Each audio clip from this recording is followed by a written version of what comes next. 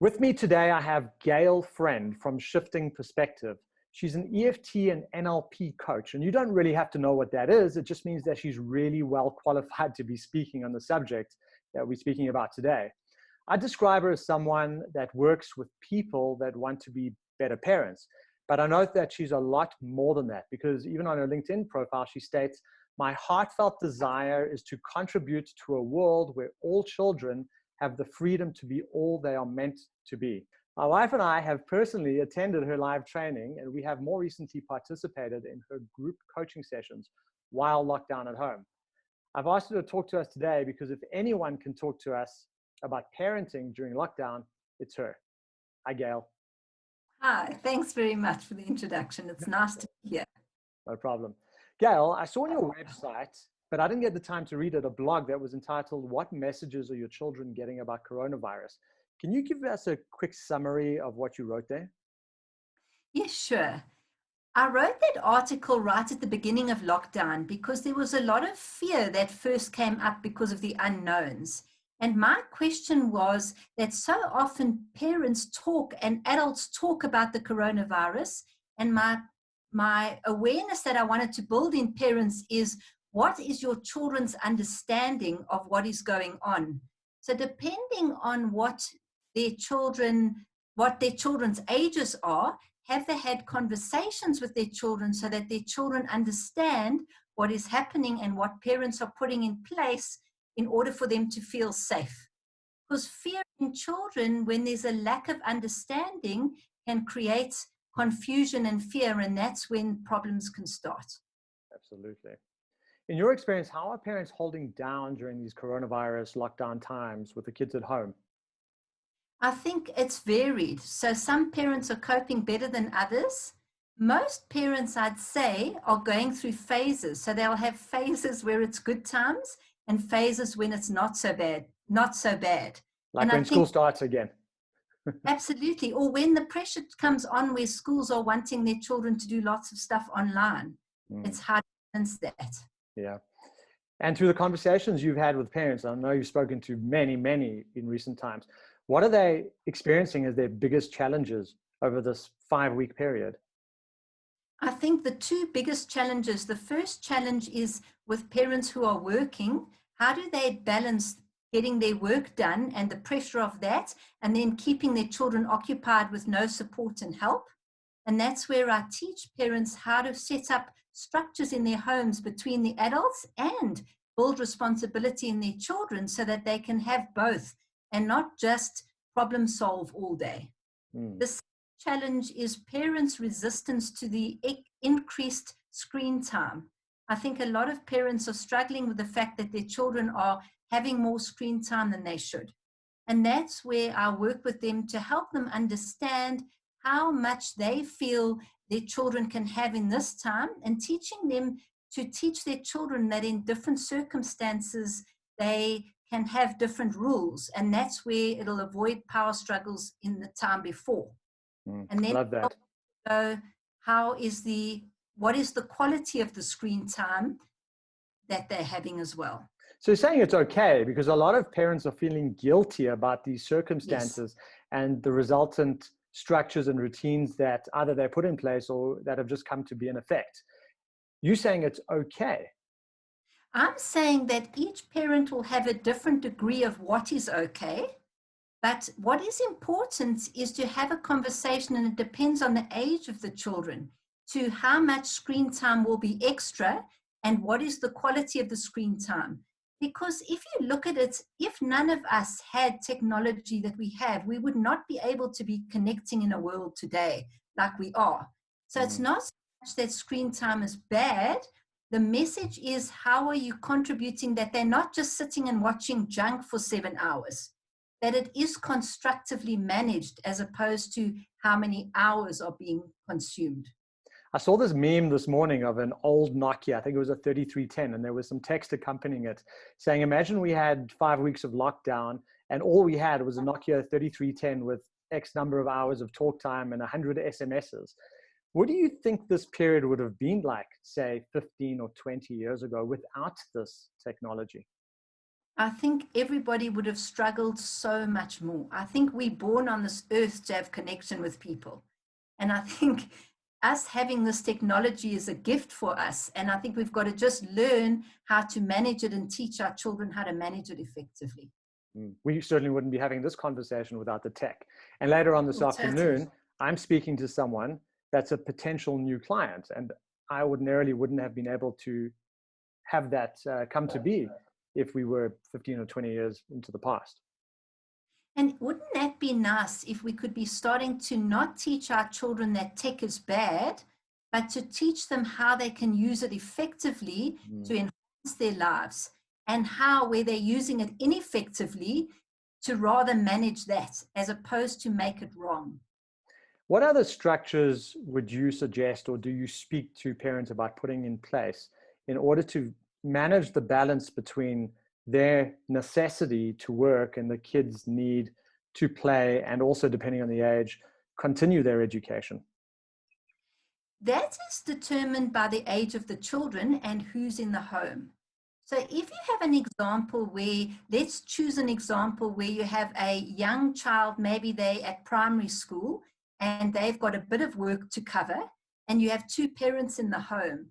There, the agreement frame would be, how are you having a conversation with your spouse or your partner, or even if you've got grandparents or whoever's there, where you allocate time where you can work and do your work and somebody else is looking after your children while you do that.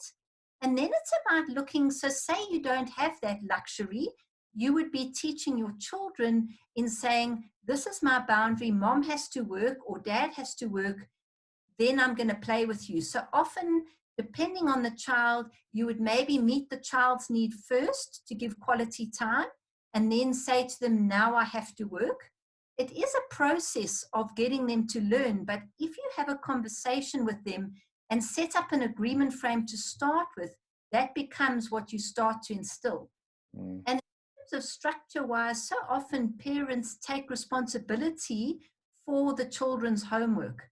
So here I teach them to go, how can you be giving them the opportunity now to go, how can you make sure that you do the work? And can you do the work while I do this? And then we're going to have a look at what you're struggling with. So it's almost like an opportunity to teach them to take responsibility.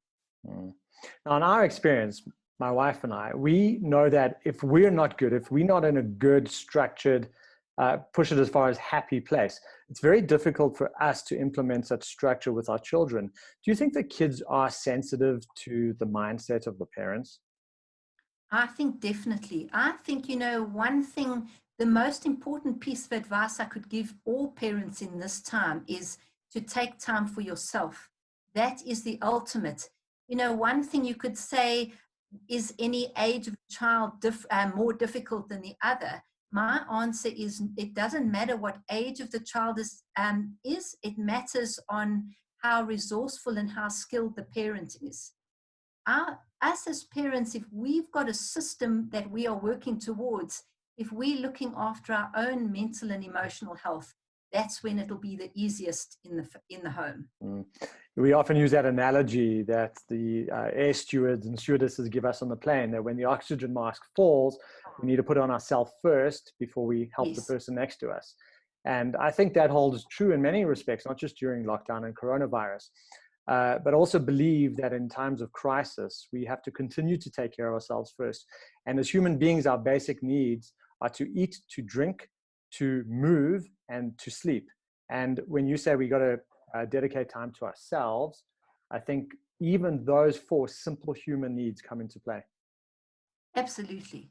And I think our emotional space, in a time where we're stuck in houses with everybody together, the ability to separate yourself and have a bit of quiet time just where you're not on call, because so often, especially with younger kids, you kind of on call the whole time. Just a bit of space can make a world of difference. Without naming names, not that you would, do you have any horror stories from the parents that you've been working with during these times? In other words, something that they just got completely wrong and it had negative implications. I can't say I've had any horror stories. I have had situations, particularly in divorced families, where this lockdown is like an opportunity where they can make it more difficult for the other party. Mm. That place, it's their pain that talks there, but they just make both their lives more difficult. I can imagine power play comes into that Power play equation. comes into it. And you know, in a normal settlement, they have structures to who has to take responsibility when. And in a situation like this, it's now changed and they've got to renegotiate that. And it's an opportunity for power play. Mm. But sadly, the children suffer in that place. Children are victim to whatever rules have been put into place. All right, so what do you think the long-term implications of a further extended lockdown could be from the child's perspective of growth and development? I would say more of what they're already getting. So what I mean by that is in lockdown, if people have chosen to make this time about more family bonding, the child would get more of that. If parents have chosen where they're making it difficult and they're focusing on all the problems and there's a lot of fighting, the children will get more of that. So in this situation, the further lockdown, I think, puts more stress on the parents, making it much harder for them. So the long-term implications for the children is determined by the emotional state of the parent. What if we've already created structures and routines that aren't ideal? Lockdown is extended, or we have phased out lockdown, or lockdown comes back in June and July. Some parents, I would imagine, have done just what you said. They've created an environment that is less than ideal, and now we go back into it or we extend it. How do you get out of that rut of having created the less than ideal environment? I would say come and have a session with me so that you can pre-plan. You know, the ideal scenario would be for each person in the family unit or in the house that you're staying at can be able to and be courageous enough to voice what they need, and for each person to take responsibility for themselves and to give each other what you need. So I would suggest a family come to me. That's one way of doing it, but the different personalities and the different ages of the children will impact how you implement that. So it's all about the pre-thought of the parameters have changed. What can we do? What do we need? And how can we put a structure in place so that we can each get what we need through this time? Okay, so it's not too late. We can actually change. It's never too late. It's just a decision and a practicing of what works and what doesn't work. If you could give one piece of advice to every single parent that is common, what would it be? Now, one piece of advice would be to make time for yourself every single day. It's find a way, even if you're on your own and you've got children and sitting in the bathroom for 5 minutes, make time for yourself every single day and make it a priority. Because if you give yourself time, you are more resourceful to handle situations. Perfectly said. Now, having worked with you and been on your courses and being coached by you with my wife, fully support your suggestion of working with you. If people are interested in making contact with you, where and how can they reach you? The best way is to send me an email. The way I work is they could email me and I would usually set up a time to have a telephone conversation with them. So I'm coaching online now, so they could have a consultation with me either on their own or with their partner. Great. So for anyone watching, I'll put Gail's contact details alongside in text with this video being posted. Gail, thank you very much. All the best to you as you have moved your business from, I think, largely face-to-face to completely online, as we all have. I've also gone 100% online, which is actually a lot easier than anyone may have thought, isn't it? Yes, it is a lot easier.